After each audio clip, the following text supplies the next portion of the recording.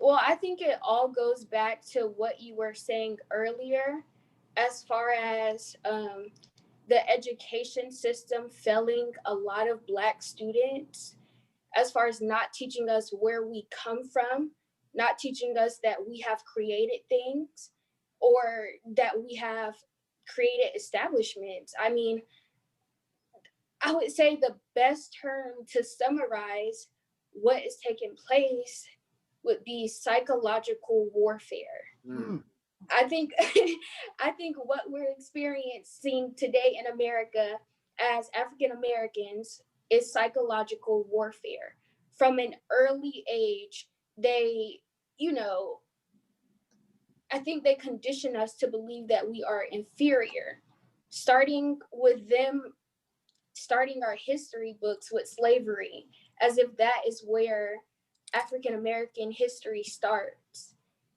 I think that is a form of psychological warfare, and it all just contributes to, again, the psyche of many young African Americans who, because they haven't seen examples of white scientists, of white engineers, they don't know that, we have a history of that. We were some of the first engineers of many things that we still use today. That many things that we use daily, we created. And I think because we aren't taught that in the American educational system, we don't know about it. And we also believe that we cannot achieve it. So I think the government now putting millions of dollars into the hip hop industry for them to promote sex, violence, and crime to our young children is what ultimately determines what they believe they can achieve when they get older.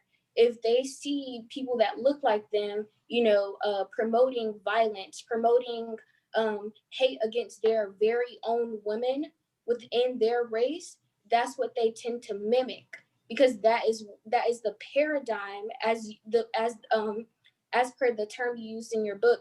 That is what they view as reality, as their reality. And I think what Tyler touched on briefly was that we live in two separate realities.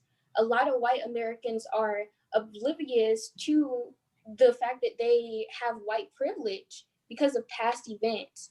So we're definitely living in a time where it is important for our young African American men to see Black male leaders, to so that they know that they can become Black engineers, Black authors. If the government only promotes Black men who are rappers, or only places a certain type of man on a pedestal, then it limits what we can do as a race.